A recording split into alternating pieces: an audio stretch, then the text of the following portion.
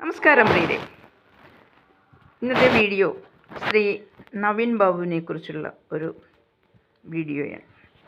Title father's love and unfilled dreams.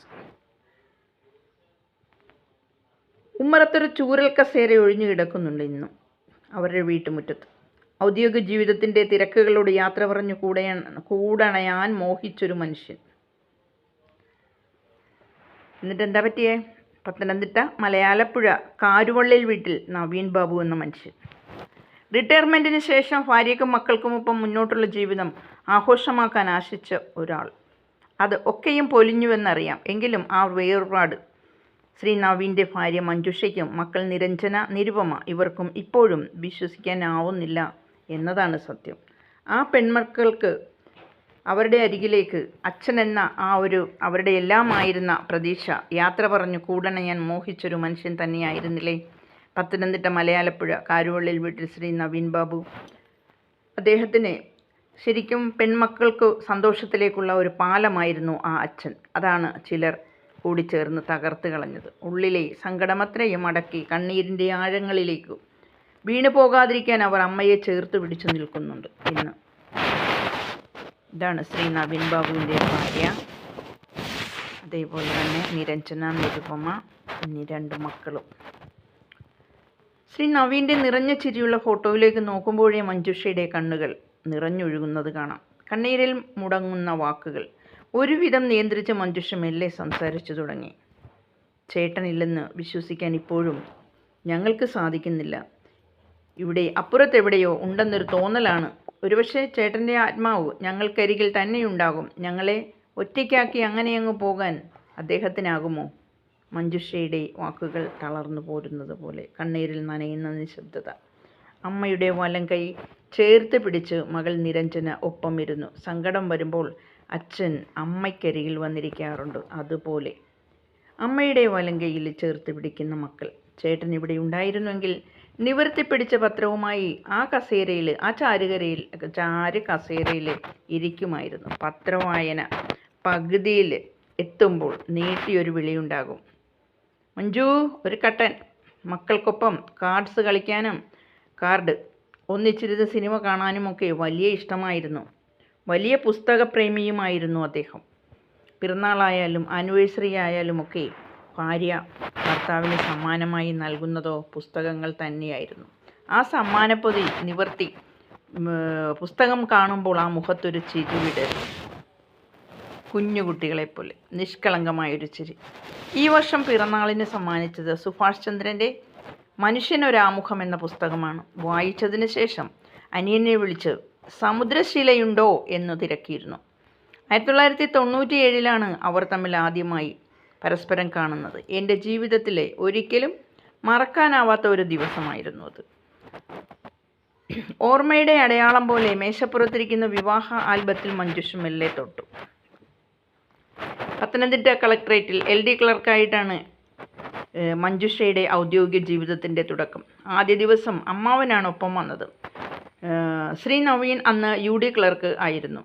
അദ്ദേഹത്തിന് കല്യാണാലോചനകൾ നടക്കുന്ന സമയം കൂടിയാണ്. അപ്പോൾ പൊതുസുഹൃത്ത് വിവാഹം ആലോചിക്കാമെന്ന് ശ്രീ നവീനോട് പറഞ്ഞു. പത്തനംതിട്ട കളക്ടറേറ്റിൽ അപ്പോൾ സത്യത്തിൽ ആദ്യ കാഴ്ചയിൽ തന്നെ അദ്ദേഹത്തിന് തന്നെ കണ്ടപ്പോൾ ഇഷ്ടമായി. അത് പിന്നീടുള്ള ദിനങ്ങളിൽ കൂടി വന്നു. ആലോചന വിവാഹ നിശ്ചയത്തിലെത്തി. പിന്നെയും 3 മാസം കഴിഞ്ഞായിരുന്നു കല്യാണം. ചേട്ടൻ ഒപ്പമുള്ളപ്പോൾ എനിക്കും വളരെ സുരക്ഷിതത്വബോധം അനുഭവപ്പെട്ടിരുന്നു. മഞ്ജുഷയുടെ ഓർമ്മപ്പെടുത്തൽ. 1997 സെപ്റ്റംബർ 7 ഞങ്ങൾ വിവാഹിതരായി. 27 വർഷം ഒന്നിച്ചു ജീവിച്ചു. ഇന്നും ഞങ്ങൾക്ക് പുതുമ നഷ്ടപ്പെട്ടിട്ടില്ല. എനിക്ക് നഷ്ടമായത് ഭർത്താവിനെ മാത്രമല്ല, തുറന്നു പറയാവുന്ന, എന്തും തുറന്നു പറയുവാനും കൂടെ നിൽക്കുന്നതുമായ നല്ലൊരു സുഹൃത്തിനെ കൂടിയാണ്. ഏതു വെയിലിലും ഓടിക്കയറാവുന്ന തണലെന്നൊക്കെ പറയാറില്ലേ, അതുപോലെ നല്ലൊരു സുഹൃത്തിനെയാണ് അദ്ദേഹം പോയപ്പോൾ ഞങ്ങൾക്ക് നഷ്ടമായത് എന്ന് ശ്രീ മഞ്ജുഷ ഓർമ്മപ്പെടുത്തുന്നുണ്ട്. അപ്പോൾ ഇവിടെ എന്നേക്കാൾ 5 വർഷം സീനിയറായിട്ടാണ് ശ്രീ നവീൻ ചേട്ടൻ. ജോലിയെ ഇത്രയധികം സ്നേഹിക്കുന്ന ഒരു മനുഷ്യനെ ഞാൻ വേറെ കണ്ടിട്ടില്ല. മഞ്ജുഷയുടെ വാക്കുകളിൽ ഗദ്ഗതം. ഒരു ഫയൽ മേശപ്പുറത്ത് എത്തിയാൽ വെറുതെ വായിച്ചു നോക്കി ഒപ്പിടുന്ന ശീലമല്ല. അത് കൃത്യമായി വായിച്ച് മനസ്സിലാക്കി അക്ഷരത്തെറ്റുകൾ വരെ തിരുത്തിയ ശേഷം മാത്രമേ ഒപ്പിടൂ. കണ്ണൂരിലേക്ക് മാറിപ്പോയതിൽ പിന്നെ ജോലി തിരക്കുകൾ കൂടുതലാണ് എന്നെപ്പോഴും പറയുമായിരുന്നു. പക്ഷേ ഒരിക്കൽ പോലും അതേക്കുറിച്ച് പരാതി പറഞ്ഞിട്ടില്ല. ഡിപ്പാർട്ട്മെൻ്റൽ ടെസ്റ്റുകൾക്കായി ഞാൻ ഒരുങ്ങുമ്പോൾ ആവശ്യമായ നിർദ്ദേശങ്ങൾ തരും. നന്നായി പഠിക്കുന്നുണ്ടോ എന്ന് കൃത്യമായി തിരക്കാറുണ്ടായിരുന്നു. ഞാനിന്നിപ്പോൾ കോന്നി തഹസിൽദാരായിട്ടാണ് ജോലി ചെയ്യുന്നത്. ആദ്യമായി യാത്ര പോകുന്നത് ഞാൻ അദ്ദേഹത്തിനോടൊപ്പമായിരുന്നു. പിന്നെ ആദ്യമായിട്ടുള്ള യാത്ര കുടകിലേക്ക്. പിന്നെ ഇടവേളകളിലെല്ലാം ചെറുതും വലുതുമായ ഒരുപാട് യാത്രകൾ. അദ്ദേഹത്തിൻ്റെ അവസാന വെക്കേഷനും ഞങ്ങൾക്കൊപ്പം തന്നെയായിരുന്നു. പൂജാ അവധിക്കാണ് രാമേശ്വരം പോയത്. കുറച്ചു സമയം കണ്ണടച്ചിരുന്ന ശേഷം മഞ്ജുഷ ഒരു ചിത്രം കാണിച്ചിട്ട് പറഞ്ഞു, അവസാന യാത്രയിൽ പാമ്പൻ പാലത്തിൽ നിന്നെടുത്ത ചിത്രമാണിത്. ഞാനും അദ്ദേഹവും ഒപ്പം ഞങ്ങളുടെ മക്കളും എല്ലാവരും കൂടി ചേർന്നെടുത്ത ചിത്രം.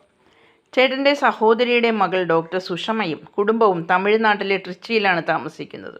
പൂജാ അവധിക്ക് ശ്രീ നവീൻ ബാബു നേരെ ട്രിച്ചിയിലെത്താമെന്ന് മഞ്ജുഷയ്ക്ക് വാക്ക് നൽകി. ഇവിടെ നിന്നും മഞ്ജുഷയും മക്കളും അവിടെ ചെന്നു. അങ്ങനെ അവരെ സ്വീകരിക്കാൻ സുഷമയും ചേട്ടനും സുഷമയുടെ മകൻ സിദ്ധാർത്ഥും സ്റ്റേഷനിൽ കാത്തു നിൽക്കുന്നുണ്ടായിരുന്നു. അദ്ദേഹം വളരെ സന്തോഷത്തിലായിരുന്നു. ട്രിച്ചിയിൽ നിന്ന് കാറിലായിരുന്നു സഞ്ചാരം.